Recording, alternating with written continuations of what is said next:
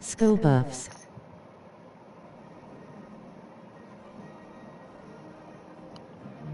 Shoot.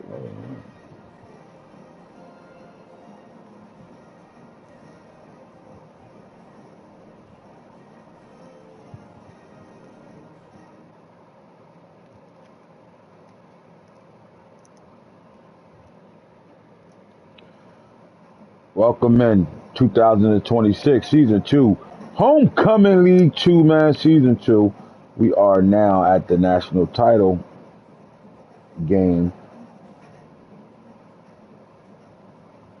You know, why you coming on in here? If you in the league, man, type your name in the comment section. Let us know what team you got. Hold on, what the fuck going on, man? Scores and schedules.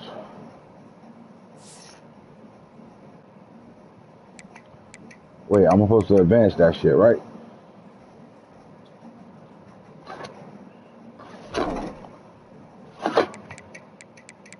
I'm gonna be mad as hell.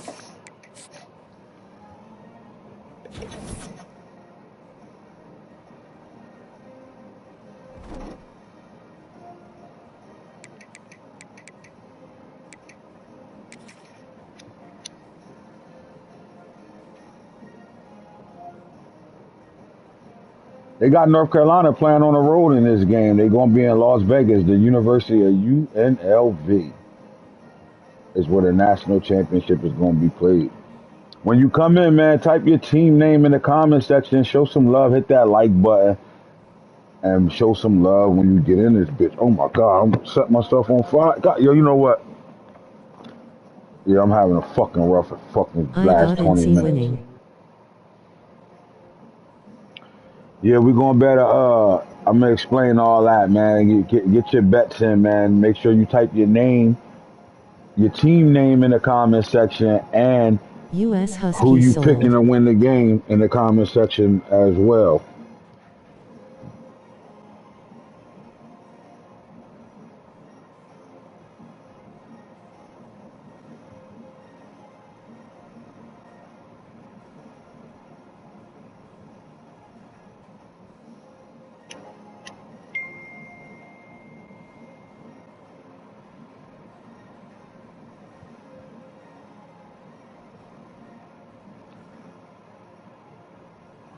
I'm not sure.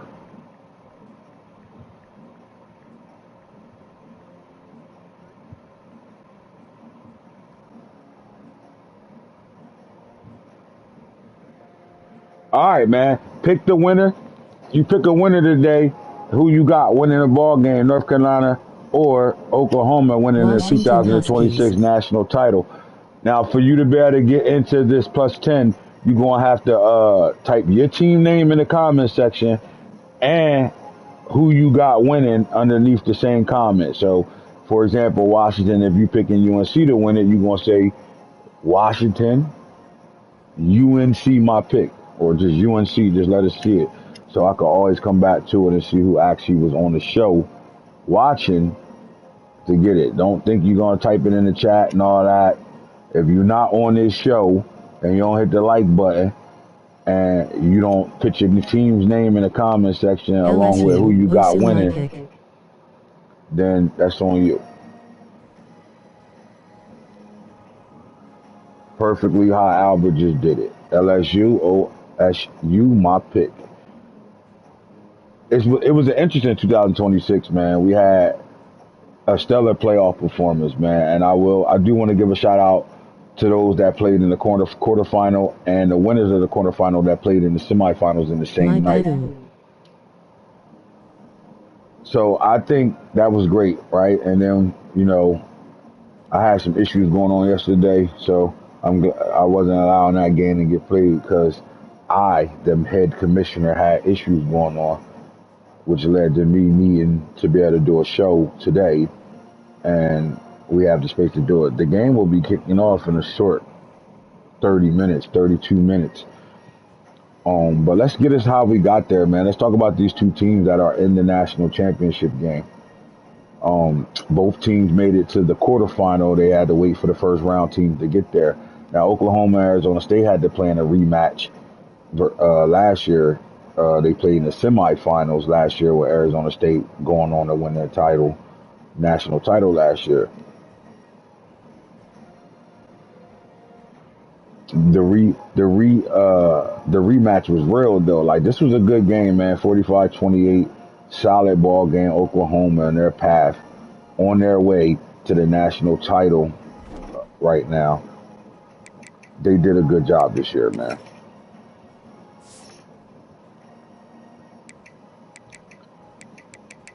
Oklahoma did a good job in recruiting. Not only in recruiting, they did a good job in the transfer portal as well. They brought in 2 Texas quarterbacks. Not Texas, the state, not the University of Texas, guys from Texas. They brought in 2. They brought in a guy that played for them. Jackson Arnold was a recruit of Oklahoma. He won the Elite 11 back here in 2022-23. UNC winning. Or even 21. He won the Elite 11. And in 2023, he was a redshirt freshman sitting behind Dylan Gabriel. Played in a bowl game against Arizona, and he didn't play bad. Threw a couple of picks in that game, but he did not have a good 2024 season, which made him transfer to Auburn. And they solid season, which brought him back.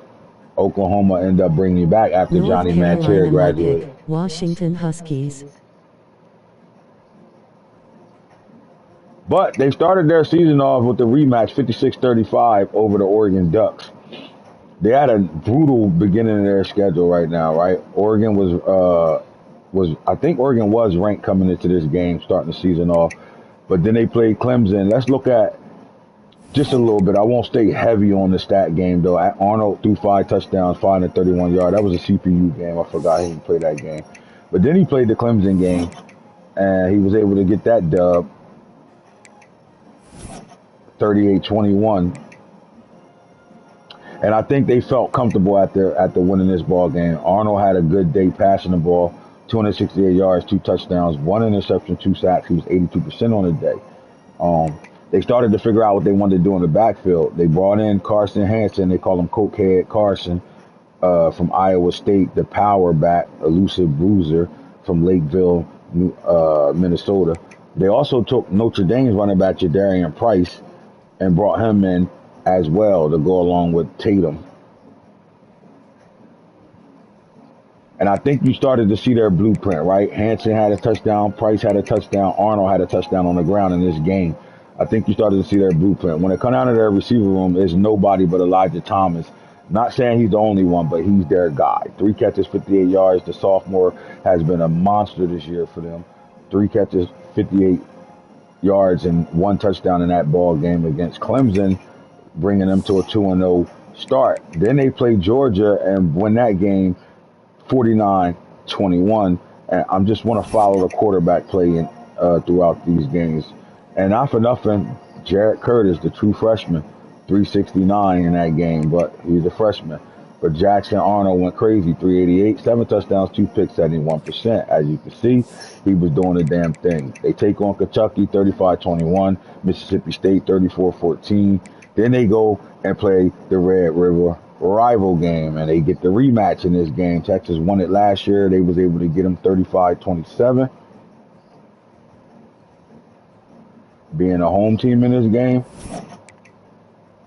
What I'm looking for is that game that told me that they will be a playoff and championship contending team. It might have happened in the playoffs, but let's look for it. 235, 2 touchdowns, 1 interception, 64% on the day from Jackson Arnold. So they get through their first 6 weeks of football undefeated, 6-0. and then they come into that Texas A&M game. In my opinion, every team that make it to a national championship, they got a game or two that is a nail biter and or a loss or a close win that make you have to look yourself in the mirror and figure it out from there, right? And I think this is where it started at. The Texas A&M ball game at Oklahoma, they took a 38-36 loss to Texas A&M in this ball game. And in this game, why did they lose? Well, you start with Arnold. He didn't have a good day throwing the football. He threw for 385, but he threw 4 interceptions in that ball game. And his completion percentage dropped all the way down to 55%. They wasn't able to really sustain enough running, right, to win the ball game, even though they had over 100 yards rushing in that game. They also carried 1, 2, 3, 4 rushing touchdowns in that ball game. When you're usually doing that, you would think, but the 4 turnovers killed them. Simple as that. So this is that controversial game where you're like, they only lost by 2 points to a then-ranked Texas A&M team. After coming off the Red River rival, and that's where teams have to play and rise their standards to become national champions, right? Because they play an emotional rival game between Texas and them, right? And the Red River rival winning that game 35-27, and you got to come off that emotional win and find a way to stay up for a Texas A&M team who you probably felt that you was better than, and the results to that was y'all didn't come with that same energy and you lost it by 2. Got the force over Florida being on vacation 49-19. And then the next big game where the turnaround started to happen was these next 2 games they played. Beating Arkansas 42-21, and they did it in a comfortable fashion. I was on headset with him that night. 363, 4 interceptions from Arkansas's quarterback. But Arnold came out here and had a perfect day, right? No picks. That's why I'm calling it perfect. 3 touchdowns, 68% on his day. So Arnold started to find himself then, right?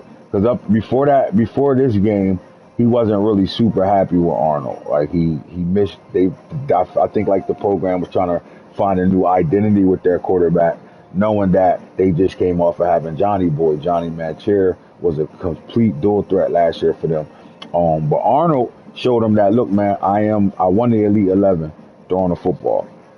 That's what I do, right? And I think this game gave him the confidence to realize, yep.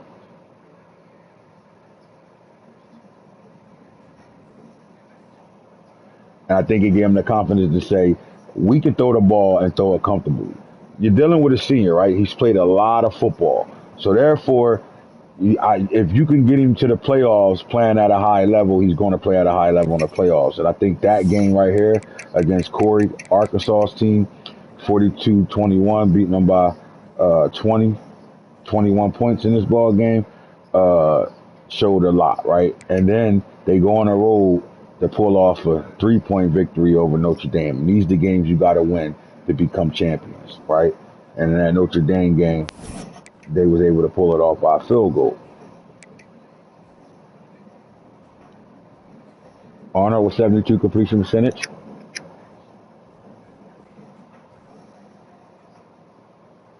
.365, 3 touchdowns in that ball game. Did he do anything on the ground? Arnold. But they also started to find their identity as a running team too, because Cocaire Carson started to take over this backfield. As you can see, this man has been their bell cow, right? To me, he's the engine that makes this team go. I know I'm talking about Jackson Arnold right now, but Hanson is the guy that makes this team go. I'll show it as we finish their schedules. So you come out of that, right? You only 1 loss in, and you playing great football. You take on Vanderbilt, and then you squeeze a game that probably could have been, to me, one of the hardest games to play, because it was a Big 12 team. You know, you all just left the Big 12 3 years ago, and you playing a team that is familiar with y'all, Texas Tech, right? And 31-28, they squeezed that victory out by 3. And to me, winning close games show you can win, right? Because you lose the close games, and then you switch the flip the script and start winning the close games, right? And they revenged their 2 regular season losses last year. Notre Dame, they won by 3, and Texas, they beat them by like 9 or something like that. And then you revenge your losses. So on this year's season, Oklahoma's showing that they belong in a title game because they revenged all their losses last year. Regular season loss last year against Texas in the Red River rival. They win it 35-27. Regular season loss against Notre Dame last year. They win it by 3. Arizona State, they lost that on the last drive. Arizona State went down and kicked the field goal to win the game. They come back and they get them 45-28. And in this game, they found out their senior quarterback was ready to play football, because you know who else balled in this game, boy? The number 1 pick in this year's draft, if he decided to come out, Sam Levitt. 300 yards passing, 2 touchdowns in this ball game. And Oklahoma quarterback did the 283, 2 touchdowns, 80% on the day. And I think this game, like when he went out there and he made the throws he had to make to keep drives going and to answer every time Arizona scored, they was able to answer, and Jackson Arnold played a role in that, along with Colt Carson, in my opinion. There it go, 13 carries. Then they brought the young gunner back out, 11 carries, 72 yards. But look what Colt did in this game. 71 yards, 3 touchdowns.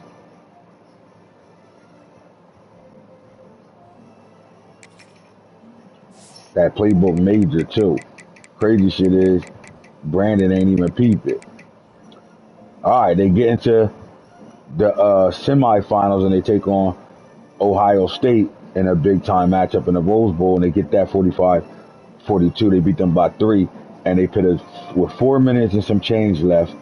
They completely took the air out of the football and put a drive together, man. A game-winning drive, a championship-winning drive in that fourth quarter, being the last team with the football and not giving Ohio State a chance to get the ball back pretty much at all, with Ohio State having 2 timeouts left. Oklahoma went down and ate up the entire rest of the play clock. 4 minutes and some change, and left about 12 seconds, 5 seconds to go or some shit like that before they kicked the game-winning field goal to get them into the national championship against North Carolina.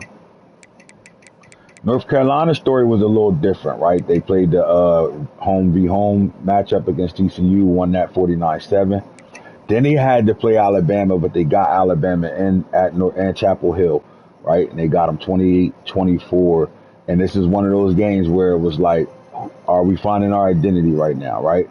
Because Alabama had the ball on the 2-yard line with seconds left, 1 play to go, and a slant throw was late for them to lose that game. Or we might be having a different conversation right now. But North Carolina showed they can win the close game in this game. And in my opinion, by them doing that, it started to show who their team was and who their character was, right?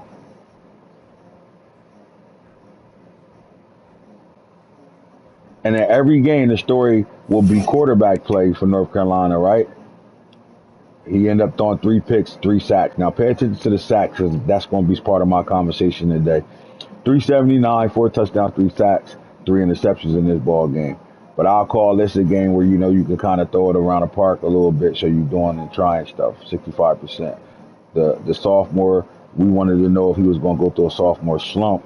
And he kind of did as far as interception-wise, but he didn't stat-wise and how he's playing, right? He was able to hold it down. 2 things you wanted to see. You started to see Newkirk, 13 carries, 51 yards, and a touchdown on the ground. But I don't think at this point they know who their starting running back is. They do got a true freshman in Demon June that started to become a factor as the season went. But in this Alabama game, you take a look at it as well, and you take a look at what North Carolina's quarterback did. He went 3 for 333 yards, 4 touchdowns, 1 interception. He was sacked twice in this ball game, 61%. And then on the ground, Newkirk kicked 32 yards, led the team in rushing. So back-to-back weeks to open up the season, they don't know who their identity is in the backfield yet, but Newkirk carried the weight as a passer and a runner in both those games. Then they win the close game 16-13, right? So back-to-back, 2 SEC really good opponents. They were able to get the dubs in both of these games. 16-13 over Arkansas. And when you look at the box score, 178 yards passing, 1 touchdown, 2 interceptions. He was 46% and took 4 sacks in that ball game. Newkirk led his team in rushing again.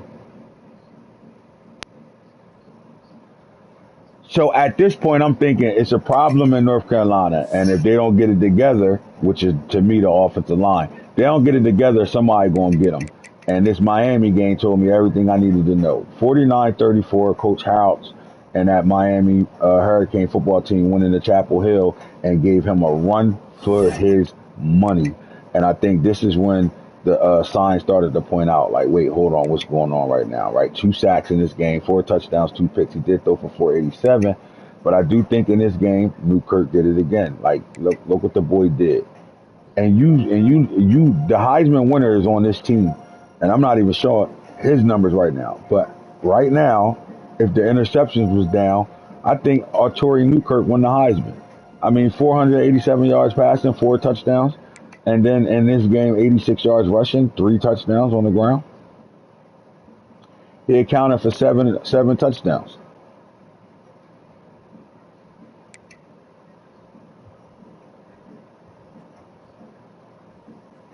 Leacock. So they pull it off. They get Duke 77-14. And I'm trying to find out when did they start showing their identity of running the football in this ball game, right? He went crazy as a passer. And then here it go. The true freshman decided it's time for me to start balling. 9 carries, 131 yards, 15 yards a carry, 2 touchdowns in this ball game. He had an 80-yard run and 2 runs over 20 yards. Now let's see if that's a pattern now, right? Because you come out of that game and you got Oregon 49-14. Kirk went crazy 6-1, 70%, and then June 75 rushing yards in this game. So their running back is starting to come alive now. They take care of Syracuse 66-28. 485, 6 touchdowns, 2 picks, 74%, 7 carries, 107 yards, and a touchdown. Newkirk also had 32 with a touchdown. So now they're starting to get a running back in that backfield to start showing that we could take that next step. So to me, the offensive line started to gel a little bit more, and they started to show themselves that they are competent enough to better run the ball through traditional running, right? Not quarterback taking off to running. Like then they get to the Clemson matchup, and they got to go to Clemson this time into the baby Death Valley, and 24-21 loss. And this is where you start to raise eyebrows a little bit right now, right? So you look at North Carolina, 290, a touchdown to INC, sacked twice, 60%. But did their running back show up? 11 carries, 51 yards. June showed up a little bit in this ball game. So they starting to have a run game now through the running backs. But they lose this game, and then they come back, and here's where it gets sticky at. They go crazy in Pittsburgh, and then they play in a multiple overtime matchup against Louisville. And I'm just telling y'all now, Louisville is coming. Look at Briggs Don't Cherry, the mention freshman Clemson quarterback. and Death Valley in the same sentence. Right. 502. That's why I said baby Death Valley. 502, 2 touchdowns in the INT. We're going to talk about Louisville when the season starts next season, but 322 yards, 4 touchdowns, 3 picks for sack once, 53%. Newkirk led the team in carries, 103. He had 103 yards, 3 rushing touchdowns, but June also kicked in with 94 yards rushing in this ball game. It's a story in this game, right? Like I know I clicked out of it, but it's a story in this game. It was a fight story, right? Because they went to numerous overtimes. And what I want to say here, I think North Carolina built character in this game. If I was to ask the coach where was the turning point of your season, I think he would point to this Louisville game. And he learned a lot, right? Because throughout the first 10 weeks of football, he learned that his quarterback can get it done on the ground as well as in the air.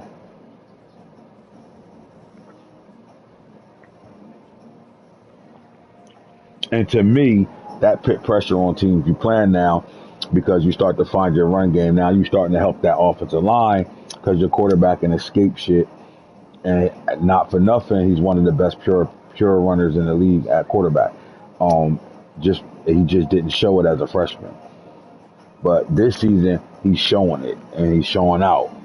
Then they take Virginia out 52-7, North Carolina State 77-10, and in a championship game coming, they get Clemson 50-35 in a rematch.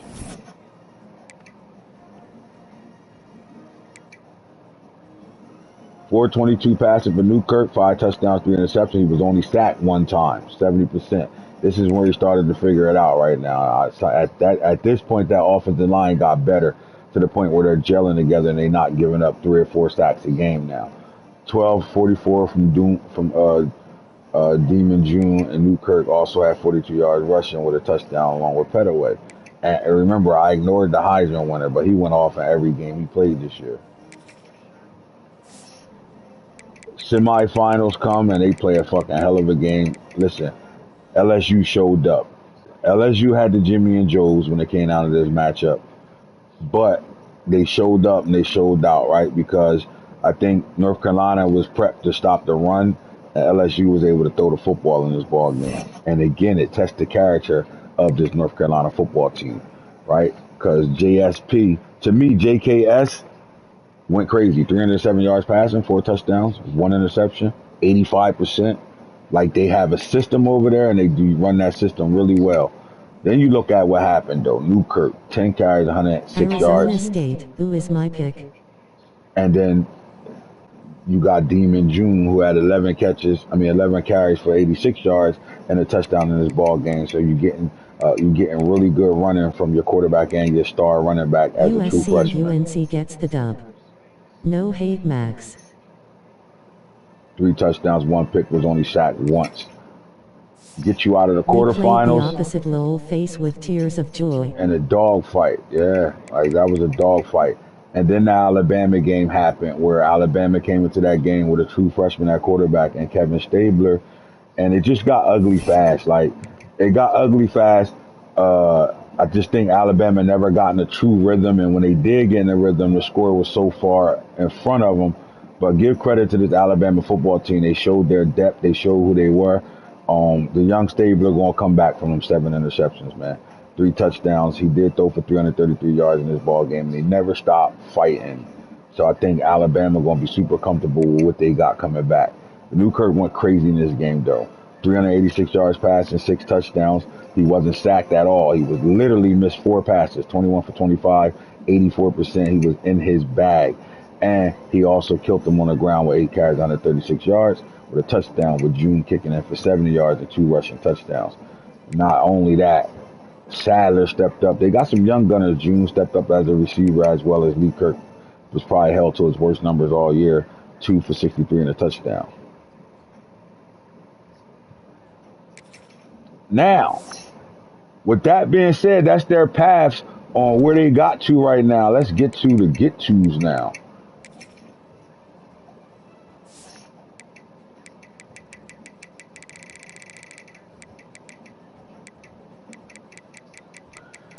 All right, as far as production coming into this football game, man. True sophomore, Torrey Newkirk, 400 completions, 586 attempts. He was 68% on the year. He threw for 6,378 yards, 75 touchdowns, 25 interceptions with a 4.3 interception ratio, 12.8 touchdown ratio, and a 3.0 touchdown to interception ratio. On the ground, they also, June kicked in for 972, 9 rushing touchdowns, but the quarterback, the pure runner, showed that he can run the football. Now remember, he was sacked a whole lot. So with that 666 yards rushing, he might have had 1,000 yards rushing without the sacks. He probably was close to it, but 14 rushing touchdowns. So I said Newkirk could have really been the Heisman winner. Not right now, Shay.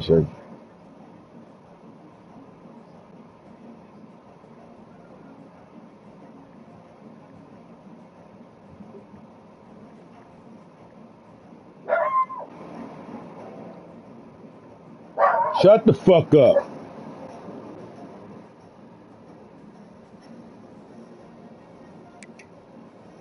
The production at receiver.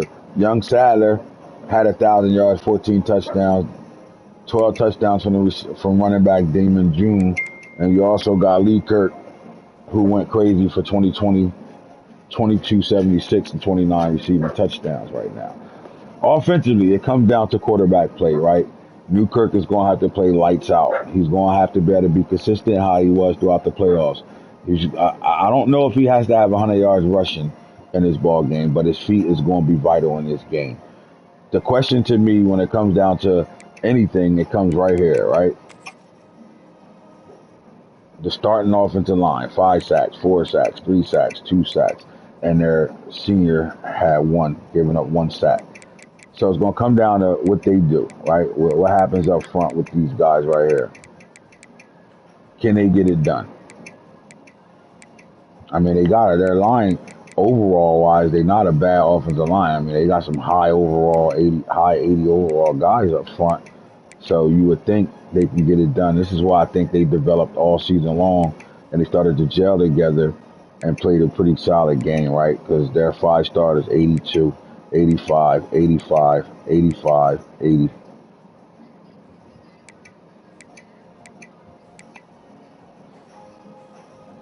If North Carolina O-line can hold up in this ball game against Oklahoma, in my opinion, it's going to be a Haters. plus for them, right? But I'm gonna go here, right? Motherfucking the players that you're gonna have to watch is gonna be right here, Newkirk and Leacock, right? The connection between Newkirk and Leacock has been dangerous all year long, and they're gonna need those two to make plays for them to be able to win this ball game, right? My sleeper player in the game is C.J. Sadler Jr., the true freshman. Everybody knows Sadler from last year in 2025. We thought he was signed with Colorado. He gave Bill Belichick and Coach Falk the fucking verbal and decided to go there. And I ain't mad at it. Corey Sadler Jr., man, that's my guy.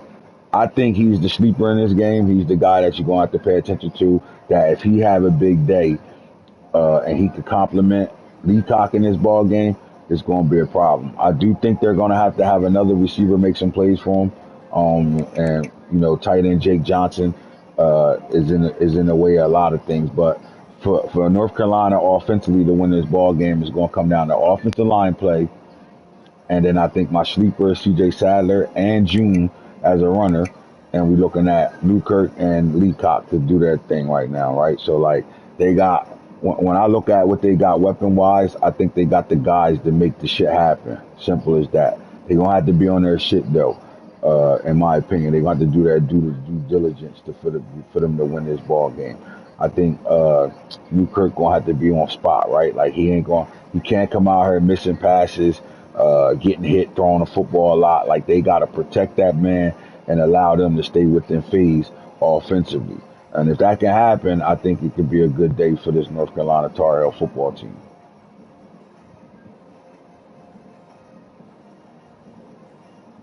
Because when you think about it, North Carolina they got a lot of young players, right? Like, when you really think about it, their best player is a sophomore, true sophomore, right? Their receiver is a redshirt sophomore, right? C.J. Sadler is a true freshman. Their running back is a true freshman. One of their best offensive linemen, who's playing one of those tackle positions, is a true freshman. And they got a redshirt freshman up front, too. So offensively, they're going to be counting on all young gunners to make plays in the playoffs. And you know, and I know, veteran players are going to play way better in the playoffs than the younger players. Can Falk continue to get the most out of his young talent on his football team? And if he can do that, and they can get in their phase and do what they do offensively, I think they're going to be a hard team to stop. On the other end, though, Oklahoma, right? Jackson Arnold had 69 completion percentage. He threw for 45, 27, 47 touchdowns, 23 picks. But he's the senior in this game, and he's been playing outstanding in the playoffs, right? In the 2 games he had to play in the playoffs, he was the deciding factor on why they won them ball games. Cokehead Carson has been an animal all year long with 12 rushing touchdowns, but they got a running back by tandem in their backfield, right? Tatum, Price, and Jackson Arnold. You got to count his legs as well. He kicked in for 7 rushing touchdowns on the ground for Oklahoma right now. In the receiver room, it comes down to Elijah Thomas. Simple as that. 1,786 yards, 20 touchdowns as a receiver. I think Elijah Thomas is going to have to be comfortable with being uncomfortable in this ball game. I think defensively, Bill Belichick will find a way to bracket him and keep him contained. And can he be patient? And if they do contain him, and he got to be patient, where he ain't making a big play, and he just he's doing things, but he ain't making a big play, or they might have to go away from him to be able to get things going. Is he going to be patient enough to be able to be there for him at the end when they do need him? And then if that happens, if they are able to take Elijah Thomas out of the receiving game, Can Gibson step up for him? Can the Arkansas transfer step up for him? Right? Can the tight end step up for him? Right? That's my take with them. Right? Like I think Jackson Arnold is gonna have a day, flat out have to have a day. But I think this game gonna be one for Oklahoma because of what they do in the backfield, and it's not gonna just be Hanson. Cokehead gonna have to do the Osu damn winning. thing. Cokehead gonna have to really hold it down and run the ball, right? And he gonna have to do his thing. Ohio He gonna have to State. get them first downs and keep them chains moving like he did throughout the entire playoffs. But I do think they're gonna have to get some big play runs out of Tatum and Price as well as Arnold. So when you look at the stats, you see the winning formula within their stat line, right? I Oh, think it's a winning, my tandem in bad. the backfield. I think it's a tandem in the backfield for Oklahoma to better win this ball game. Jackson Arnold gonna have to be somewhere between 69 completion, 68 completion percentage, and he's gonna have to be able to move the chains. He's gonna have to hit his third downs, right? On third down, they're gonna have to continue to get first downs. Can North Carolina stop Cokehead Carson from falling forward for 4 yards a carry and getting first downs on third downs? Can they play from behind the sticks, right? Can can can Oklahoma continue to make plays when it's 2nd and 8? 3rd and 9, 3rd and 12, things like that. When you get in those situations, can they continue to make plays, right? Um, and I think if they can answer that question, they got a chance to win this ball game.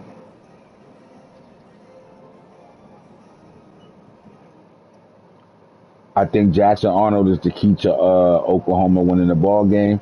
I think Carson Hansen is my sleeper, and period. That's it. What it comes down to. Hansen is my sleeper, and Jackson Arnold's going to have to win the ball game offensively for uh, Oklahoma. On the defensive side of things, I think Oklahoma is a complete team defensively, right? They got guys.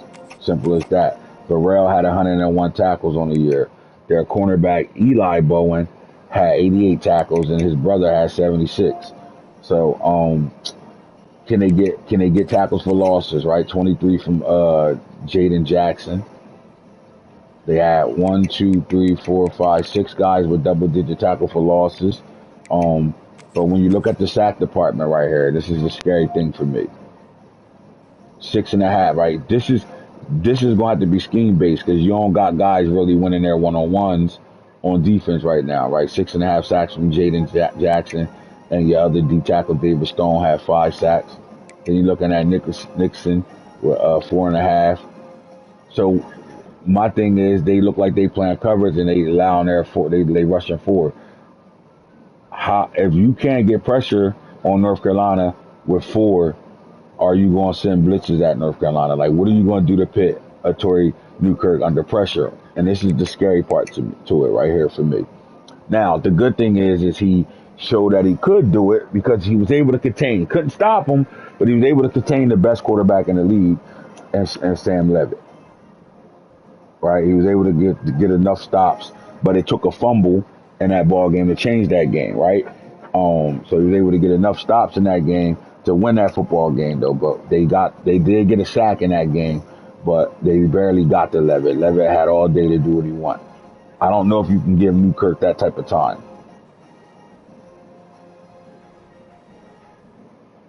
Where Oklahoma is great at is on the back end. Their secondary is really good, right? Eli Bowen with 6 picks, Gentry Williams with 4, Upton had 3. The true the senior Carmelo Upton. Didn't he transfer in? No, Upton. I don't remember that name.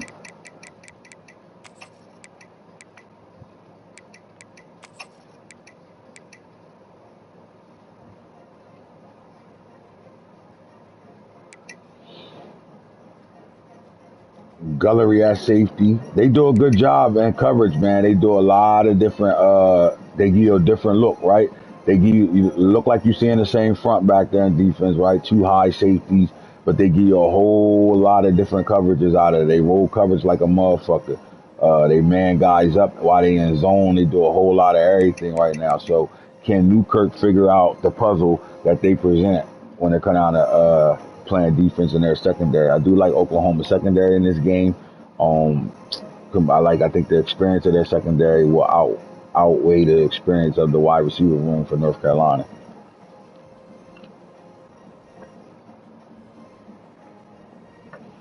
But the one scary stat line that I'm scared of for Oklahoma is just the sacks, right? Like, I mean, 1, 2, 3.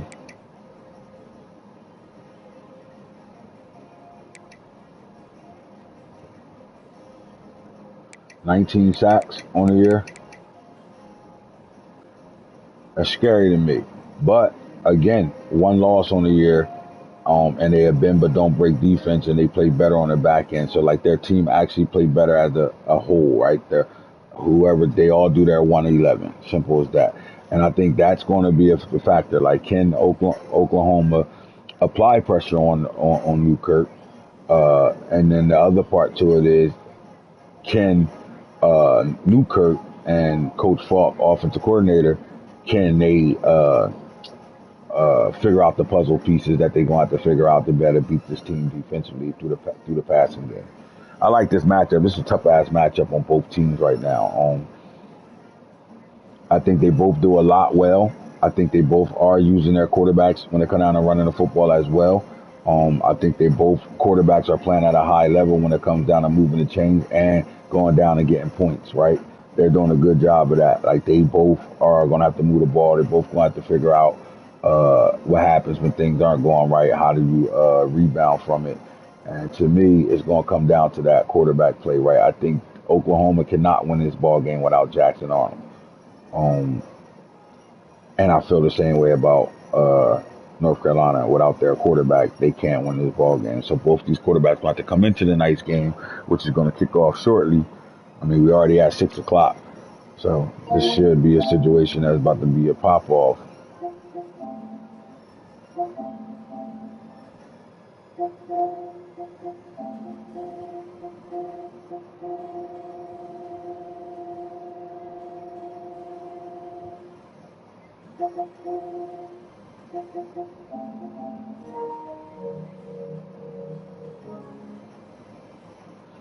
All right, man. The only way you get the pick 'em game is by typing your name in the comment section and picking your winner in that same comment section. Colorado.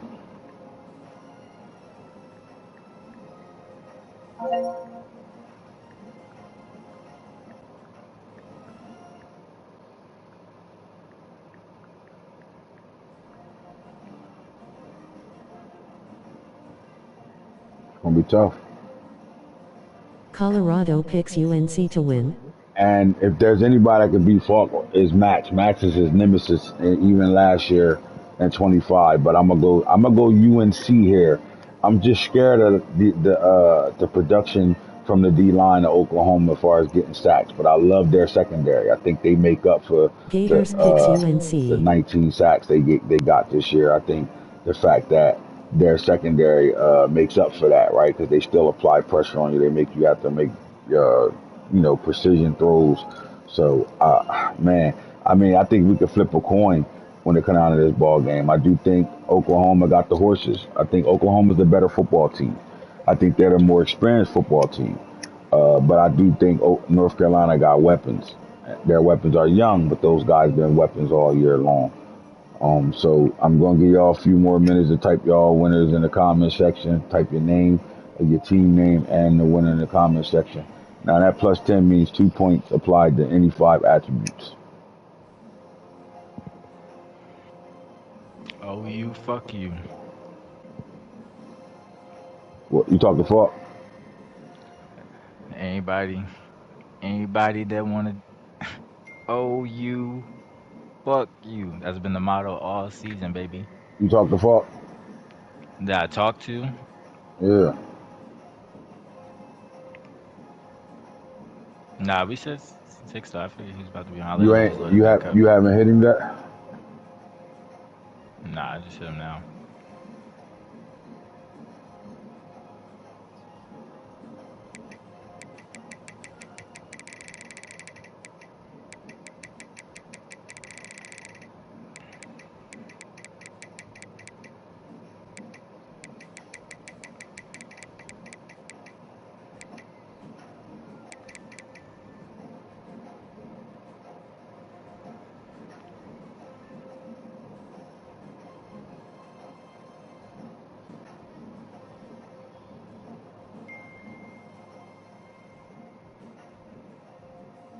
Gators picks U to win.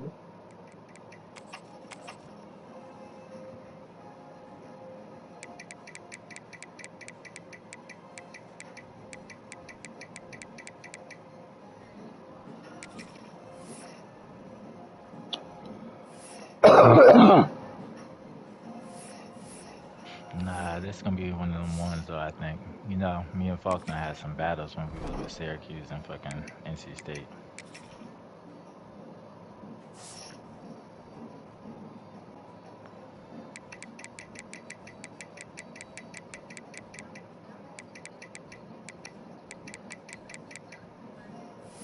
Bama U win.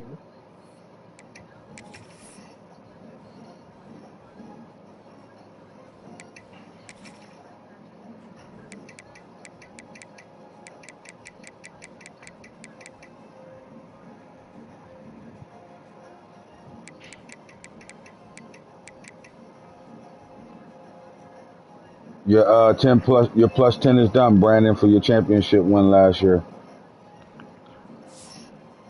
Cokehead. All right, while we waiting for the game to kick off, let's talk about some teams that I think gonna be really, really good next year. Um, let's talk ACC ball. My team to look out for in the ACC will be Florida State. I think Florida State gonna be in a good situation next year. They got redshirt freshmen starting at quarterback. She on her way over now already, or is she already here? Oh. Applewhite and Sperry, I think they can go to either one of them. They got a dual threat and they got a pocket passer. Both of them are legit. We're not even talking about what they bringing in, but I do think they're good at this quarterback spot. I do think Florida State is going to be a team to worry about when it comes down to ACC football. I think they're going to play a better football team. I mean, they showed that they could play close games. They could beat some teams as well. Davis is a sophomore. They are losing two running backs in Sawchuck and Lucas, who was their heart and soul in their backfield. It looks like they're going to be bringing back Adrian Webster and Cam Davis. Cam Davis is going to be a monster next year. In the receiving room, you're looking at they're going to lose their top two receivers, but their best receiver, their top three receivers is out of there. But they still got Devin Carter, really good speed, high overall. They got my boy LaWayne McCoy, 80 overall, really good speed as well. And I do think they're going to have to show some love to BJ Gibson. I think he'll come back and be a better player along with Camden Fryer. On the defensive side of the ball, you're looking at edge rusher, gone. They got a true freshman in redshirt freshman in McGuire, but Ernest Rankins is going to be a problem. And if Amari Williams decide to come back next year, they got some good edges, right? Even LaJesse Harold right here. So they got some guys they're going to have to be that's going to develop and be some guys right now. I like the edge room. The D tackle room, here's the guy to look out for, Kevin Wynn. He will develop into a monster. He's going to be a starter next year for sure. Guaranteed starter next year. At the linebacker position, the young sophomores is there. Mike linebackers, they're young. They are going to lose Pryor, but Pritchard is a true sophomore. You're looking at their will linebackers. They will lose Graham, but you got Everett Bates coming back. You got true freshman Frederick Maddox coming back as well. And we still got Khalid Lavallee or whatever the fuck with 85 speed, 91 excel at the wheel. At the cornerback position, they losing as far as upperclassmen go. They're gonna lose two guys at corner with a potential. If they can get Edwin Joseph back in the building, I think this team is gonna be pretty good next year. In the secondary, they got a bunch of returners back, some 5-stars in the building as well. C.I. Bates and Charles Lester. And don't forget true freshman Chad Woodson. And in that secondary, you're looking at underclassmen across the board. I mean, they will lose Earl Little Jr., big time player for them, good speed. And then at the safety position, they're going to lose Ashlyn Barker, but they do bring back Patterson. If he comes back, he might decide to take the draft route. But Conrad Hussey got kicked off the team in real life, but he's a dog. He's going too, so they're going to get better. And they did that. We saw them go get DBs when we did the 5-star flex. So I like them. But the other team that really sit here and gloat over a little bit is going to be Louisville. I think Louisville is going to be a real big riser next year because of what they got coming back. You start at the quarterback position. Briggs Cherry will be back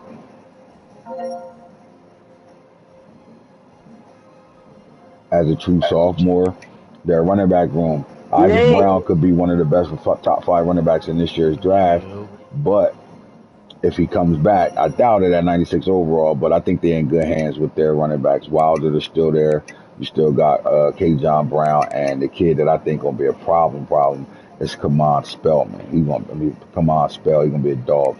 And when you look at this receiver room, everybody coming back. There's not a senior in this room right now. Now you got some higher overall guys that could leave, like Hurry, could roll, right, or Golden. I don't think going anywhere. But the two true freshmen, right, Peyton Cook and Julius Miles. Both these guys will be a year older, and they're gonna, I think they'll be the top connection to Cherry. Tight end room, they're gonna lose 2 seniors. They got a 2 redshirt freshmen, but the O line gonna be good. They got a bunch of freshmen everywhere. Like they're gonna be good. They're all of these guys are underclassmen. They're not losing too much of nothing on the offensive line. So this team will be really good up front.